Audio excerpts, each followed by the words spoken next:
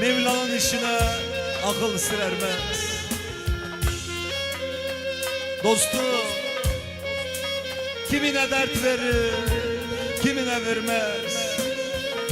Ağlama, sızlama, yalvarma, gideni geri getirmez. Gidip de geriye hiç dönen var mı be? Gitmeden kıymat bil, yanıdayken, canıdayken. Gittikten sonra ağlasan ne yazar? Sızlasa, yalvarsa, haber salsa ne yazar be? Yanıdayken kıymat bil, yanıdayken. Kaderine razı ol, yanıdayken kıymatını bil.